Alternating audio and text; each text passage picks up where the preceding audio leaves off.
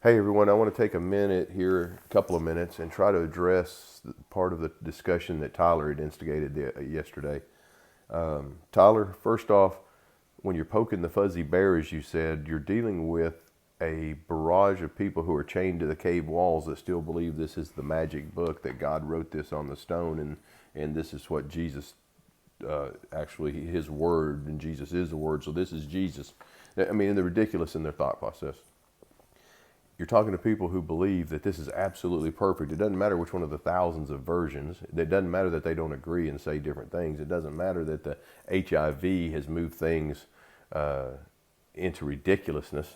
Let me give you the last four words of Mark in the Greek, kathartizidon panta tama bromata, which I gave you guys what it literally means. I cut and pasted it into Google Translate, and look above, you'll see what it really means. Having caused many Christians to suppose that Jesus did away with the biblical prohibitions declared to them clean when the Torah declares unclean. The way many English versions of the Bible have translated this verse has strengthened the misunderstandings. Thus, he declared all foods clean in the RSV, NRSV, and NAV. In saying this, Jesus declared all foods clean. By saying this, he showed that every kind of food is acceptable in the New Living Translation. Thus, he pronounced all foods clean in the NJB. Thus, he was making and declaring all foods clean, that is, abolishing the ceremonial distinction of the Levitical law in the Amplified Bible. All that goes back to four words, four Greek words at the end of Mark 7:19 that don't say that at all. It's absolutely ridiculous that the way that those have been translated. Now, outside of that, let's move into let's look at actually what we see looking at the TS 2009 version, which is much more literal. What we see and started in 7:17, and when he went from the crowd into a house, his taught ones asked him concerning the parable. And he said to them, "Are you so without understanding that you do not receive that you do not perceive that whatever enters a man from the outside is unable to defile him, because it does not enter his heart but his stomach, and is eliminated, thus purging all the foods." Okay, and so what's he talking about?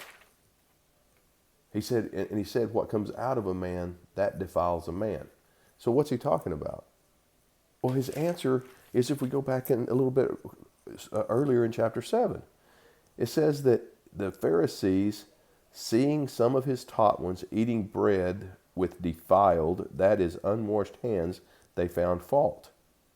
So they found fault, and they said that, and the Pharisees and all the Yehudim do not eat unless they wash their hands thoroughly, holding fast the traditions of the elders. And he's asking, why do your followers not hold fast to the traditions? And how does Yeshua answer them? He says, "You hypocrites, people respect me with their lips, but their heart is far from me. In vain they worship me in the teachings. They forsake the commands of Elohim and hold fast to the traditions of man." That's chapter 8. I mean, that's verse 8, right up above it. Forsaking the command, their heart is far from him, and they're hypocrites, and they forsake the commands of Elohim, and they hold fast to the traditions of man. He said, well, you do set aside he said to them, well, do you set aside the command of Elohim in order to guard your tradition? Now, that's answering this question about the food. And he goes into the parable, and he says, there is no matter that enters a man from the outside which is able to defile him, but it is what comes out of him that defiles him. If anyone has ears to hear, let him hear. Is he talking about, in this context, is he at all talking about the foods? He's talking about the ceremonial traditions that have replaced the commands of Elohim. When you look right up here, he tells you that you've got to follow the commands of Elohim. And he says, and when he went from the crowd into the house, his taught ones asked him concerning the parable, and he said to them, "Are you without understanding? Do you not perceive that whatever enters a man from the outside is unable to defile him, but it does not enter his heart, but his stomach, and is eliminated, thus purging all the foods?" Okay, again, when you look at the footnote, that thus purging all the foods is the four letters I gave you, that it doesn't say that at all. It says you got to remove the dirt. Okay, now, but the footnote takes you back to to Matthew 15. Now, remember, Mark wasn't there. Mark wasn't there. Matthew was there. All right? So Matthew says, let me just read it. And then there came to Yeshua scribes and Pharisees from Jerusalem, saying, why do your taught ones transgress the tradition of the elders? For they do not wash their hands when they eat bread. But he answering said to them, why do you also transgress the command of Elohim because of your tradition?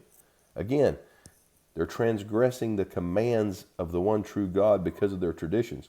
For Elohim has commanded, saying, respect your father and mother. He who curses his father and mother, let him be put to death. But you say, whoever says to his father and mother, whatever profit you might have received from me has been dedicated or given to the church, is certainly released from respecting his father and mother. So you have nullified the command of Elohim by your tradition. Hypocrites! The people draw near to me with their mouth and respect me with their lips, but their heart is far from me. In vain do they worship me, teaching as teachings the commands of men. Okay, what are the commands of men? Oh, well, it's okay to eat pork. That's not what Elohim said. That's not what Yeshua says. Okay, he calls the crowd near and he says, goes through again, that which you eat, that which enters your mouth doesn't defile you, but that which leaves your mouth is what defiles you. And he answered and said, every plant which my heavenly Father has not planted shall be uprooted. Leave them alone. They are blind leading the blind. And if the blind leads the blind, they both fall into a ditch. Leave them alone. They are the blind leading the blind. Leave them alone. They are the blind leading the blind.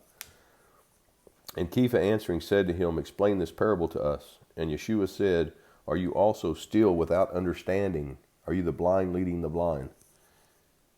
Do you not understand that whatever enters into the mouth goes into the stomach and is cast out in the sewer? But what comes out of the mouth comes from the heart, and these defile a man. For out of the heart come forth wicked reasonings, murders, adulteries, whorings, thefts, false witnessing, slanders.